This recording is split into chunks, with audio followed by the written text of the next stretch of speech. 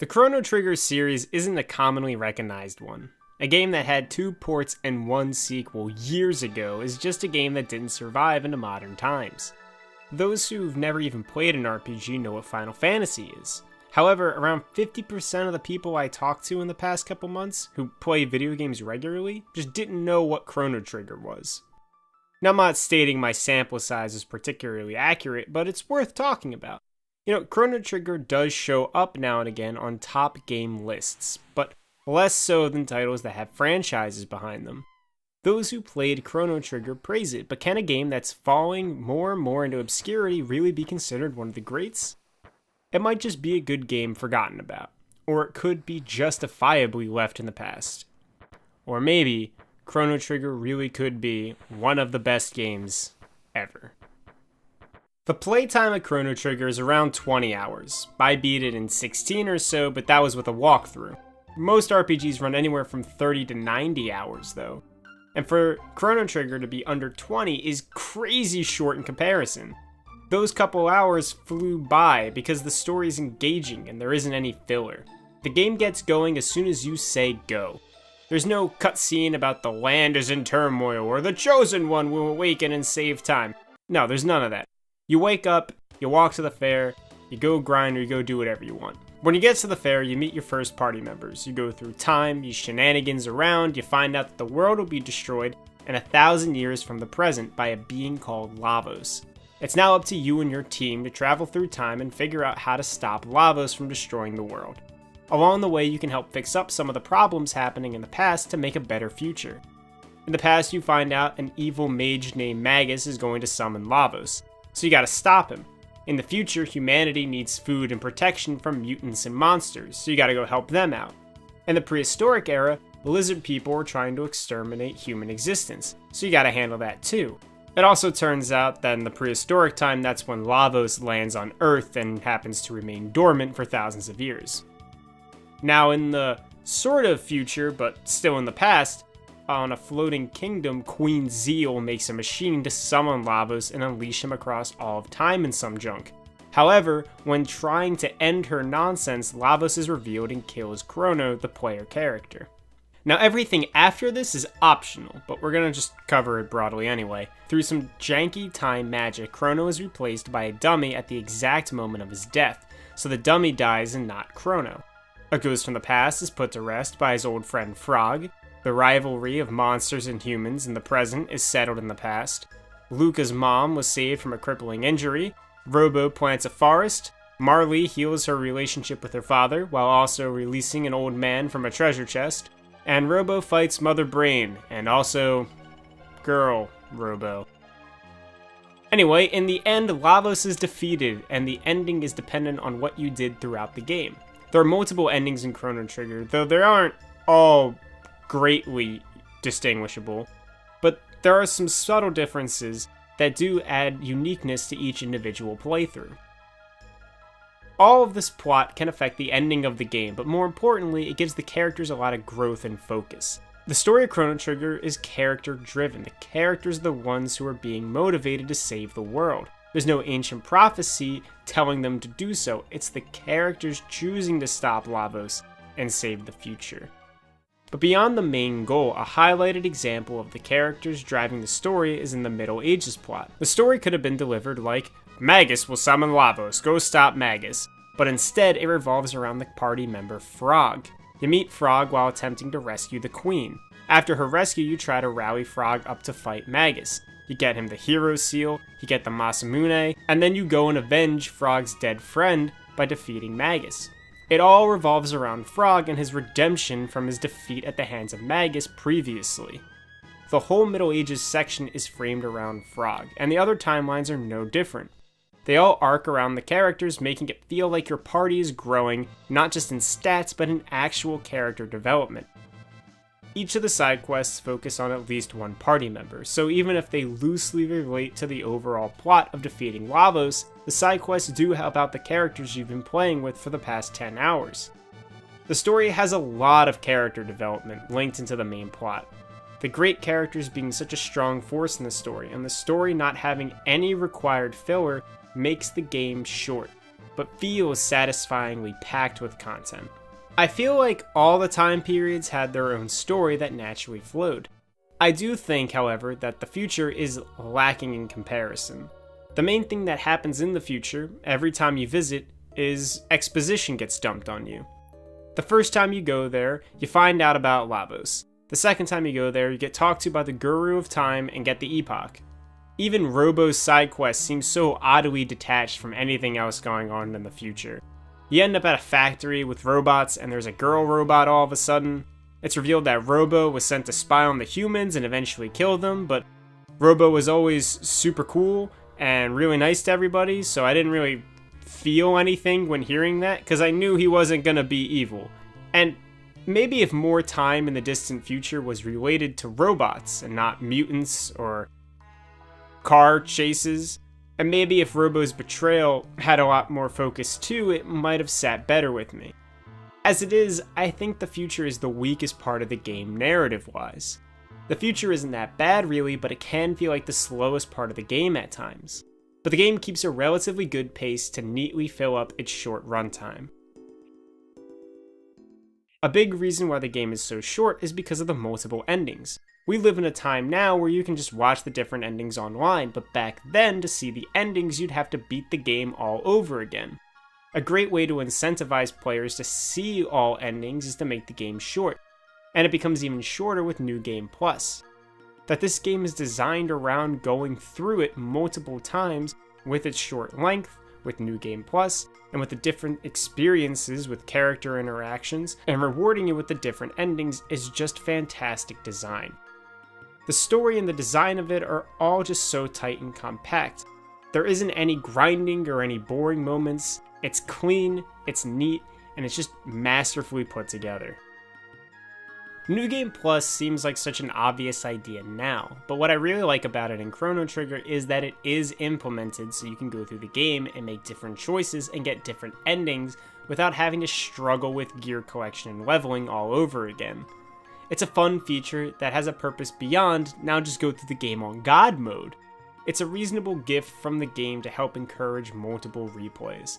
And the fact that it is one of, if not the first game to have New Game Plus, is pretty amazing.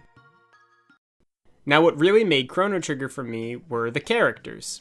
I liked all of them. I was always excited to get to roll with new party members. You know, you got a frog knight, a robot, a prehistoric cat girl, like, sign me up, baby. The character designs and their personalities made me really enjoy bringing them along. But the thing that really drew me into picking which party members were going to stick around were the moves. The moves of these characters are unique. At least their offensive and team moves are. Ayla is dashing around and can even summon a dinosaur tail to slam enemies. Robo has a football tackle and an extendo arm punch. Luca has grenades. And Frog does that tongue stuff. I mean, come on, it's pretty great.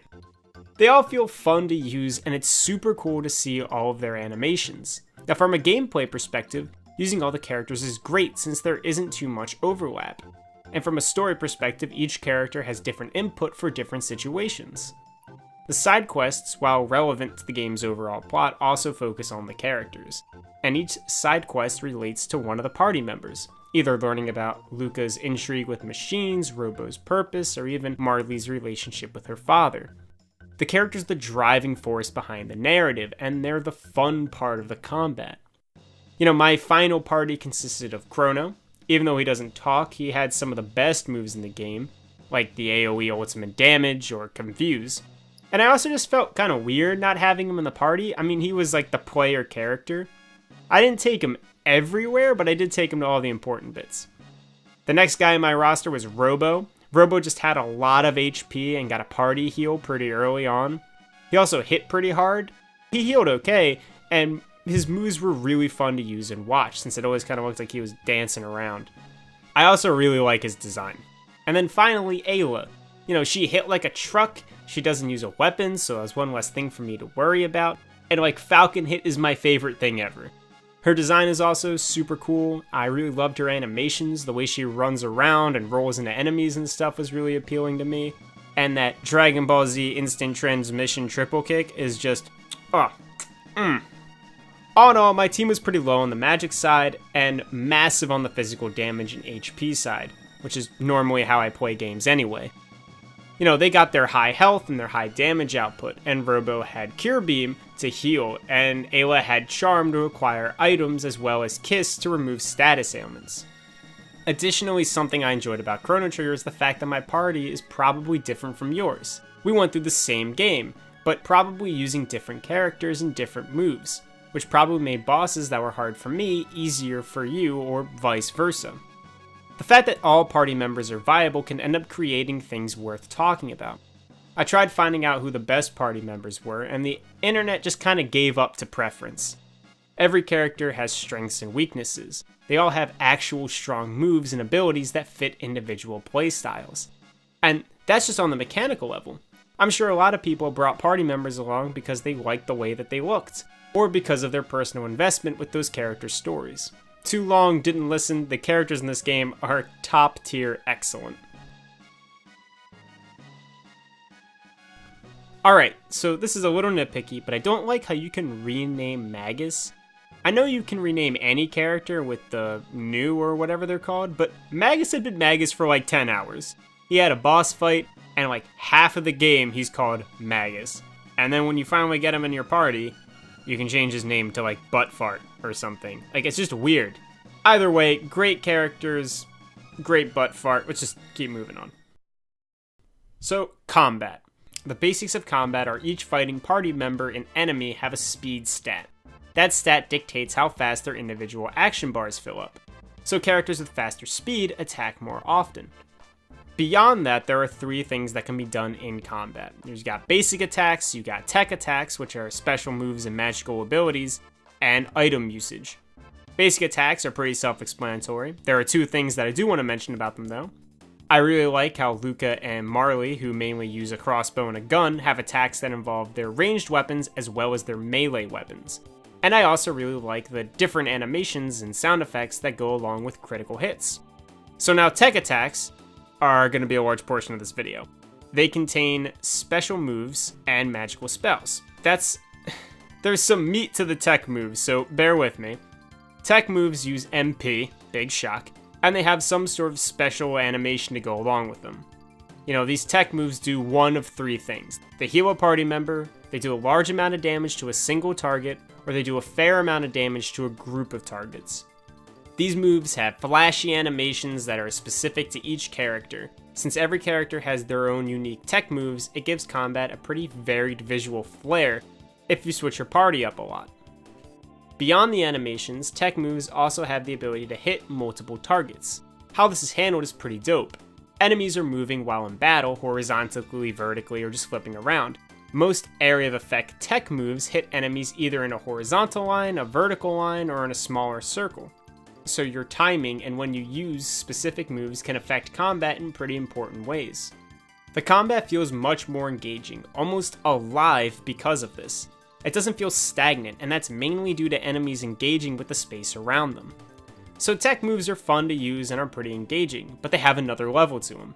You unlock more tech moves by getting tech points. You get tech points by using tech moves. The tech moves are the coolest part about combat, and you're encouraged to use them as much as possible to unlock more. I really like that about the game, even if I didn't notice or figure it out until halfway through my playthrough. Alright, we're not done with techs yet. The last bit of these things are dual and triple techs. Party members can team up to perform different and unique combo techniques. There are 2 or so dual techs for every possible combination of party members, and triple techs go about the same way. These abilities are pretty fun to pull off and are a pretty decent payoff for having a solidly organized party with leveled techniques. I already said it, but Falcon hit all the way. The last bit are items. Now, gear plays a surprising factor in Chrono Trigger. There are armor sets that negate certain magical damage, or helmets that have insane damage reduction and crazy weapons like whatever Robo's final weapon thing does. But the thing I want to really talk about are the equipable trinkets. There are some pretty powerful items you can get through the game, like earrings that reduce the MP cost of all of your spells by 75%, or the ability to allow counterattacks, or seeing enemies' HP bars, or going berserk. these greatly change the style of gameplay depending on how you want to go through the game. I was rocking a lot of damage increasing gear with counter-attacking trinkets, but I switched up to MP reduction and started just spamming tech moves later on in my playthrough.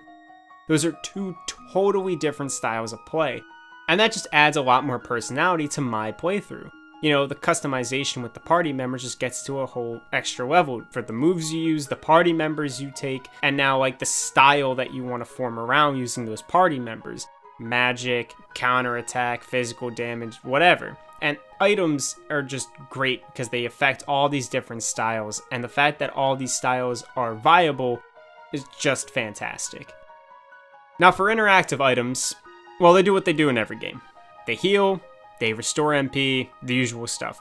The one note I do have about items in this game is that by around mid-game, I didn't need to use any of them in battle. I did stock up constantly outside of battle and was like filling my MP up using MP restoring items and shelters, but I never hit a moment outside of the final battle where I thought I really needed to use an item in combat. And even in the final battle, I mainly just wanted to get my MP back with one item instead of using 2 or 3. The combat feels fun to play around with because there's so many different combinations and they all are viable. The animation of the combat is great too. The animation in general is great, but seeing all the little facial expressions or stylized actions just made me really feel like I was playing an anime. I did say the enemies move around while in combat. Well, they also move around outside of combat. A fantastic thing about Chrono Trigger is that there are no random encounters. You can always see the enemies you're about to face on the screen, and when you do face them, you fight them right there. You're not star wiped into a different area where suddenly you're facing 4 monsters instead of the 3 you saw. If you see 3 monsters on the screen before combat, chances are pretty good you're going to be fighting those 3 monsters during combat. This also adds a lot of life into the combat. It helps you feel in the moment and more engaged, since there isn't a separate battle arena or whatever you get taken to fight. While combat generally remains engaging, the biggest flaw I had with Chrono Trigger is that the ending is just too easy. I mentioned earlier that I stopped using items near the end of the game, and that isn't that big of a deal, but what is a problem is that all the bosses for all the side quests and even the last 3 bosses of the game did not put up a fight. Maybe being level 50 by the time I fought Lavos was too high, but I didn't grind or anything. Maybe my characters had too good gear or their stats were boosted really advantageously. I don't know, I was just going through the game normally. I didn't grind, I didn't go through the Black Omen more than the one time you had to go through it. I just felt like the game's difficulty curve could have been amped up a bit more by the last third of the game. All in all, the game does have pretty satisfying and engaging combat. So good on you, Chrono Trigger. The exploration in Chrono Trigger usually is rewarded with some sort of animation or bit of dialogue along with a useful item. Going into extra rooms or down other paths or time traveling back to older areas rewards you with really good items that are actually worth having, like the elemental armor and mail. Being immune or even just reducing damage of elemental tech is pretty good, or finding special trinkets or above average weapons. The fact that all of this is rewarded by looking around or backtracking, just generally exploring, is great.